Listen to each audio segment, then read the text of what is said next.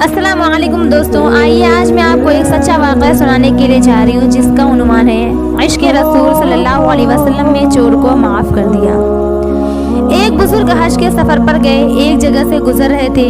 उनके हाथ में एक थैला था, उसमें उनके पैसे थे। एक चोर उनके हाथ से वो थैला छीनकर भाग गया। काफ़ी दूर जाकर उसकी आंखों की बीनाई अचानक ज़ायल हो गई। उस चोर ने रोना शुरू कर दिया। लोगों ने पूछा, भाई क्या हुआ? कहने लगा, मैंने एक आदमी का थैला छीना है।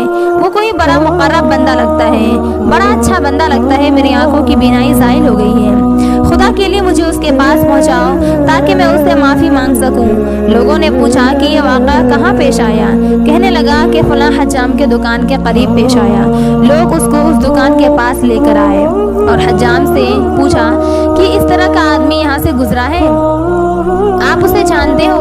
उसने कहा, मुझे उसके घर का तो पता नहीं, अलबत्ता नमाजों के लिए वो आते जाते हैं, अगली नमाज के लिए फिर आएंगे। ये लोग इंतजार में बैठ गए। वो बुजुर्ग अपने वक्त पर तशरीफ लाए। लोग उस चोर को उसके पास लेकर गए तो उस चोर ने जानकर उनके हाथ पकड़ लिए, पाँव पकड़ लिए कि मुझसे गलती हो गई, गुनाह हुआ, नादिम हूँ, शर्मिंदा हूँ, मेरी बीनाई छिन गई। आप अपने पैसे वापस ले लीजिए और मुझे माफ़ फरमा दीजिए ताकि अल्लाह ताला मेरी बीनाई को ठीक कर दे। वो बुजुर्ग कहने लगे कि मैंने तो तुझे पहले ही माफ़ कर दिया है। ये बात सुनकर चोर बड़ा हैरान हुआ।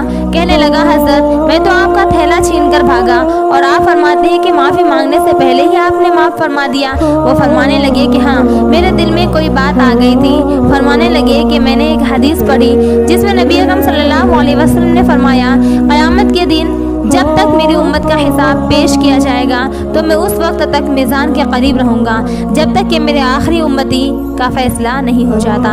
मेरे दिल में ये बात आई कि अगर मैंने उस चोर को माफ़ ना किया तो क़यामत के दिन यह मुक़द्दमा पेश होगा और जितनी देर मेरे इस मुक़द्दमे का फ़ैसला होने में लगेगी, अल्लाह के महबूब सल्लल्लाहु अलैहि वसल्लम को उतनी देर जन्नत से बाहर रहना पड़ेगा। इसलिए मैंने माफ़ कर दिया कि ना तो मुक़द्दमा पेश होगा, ना ही मेरे महबूब को जन्नत में जाने में देर लगेगी। वो जल्द जन्नत में तशरीफ़ ले जाएंगे। सुभान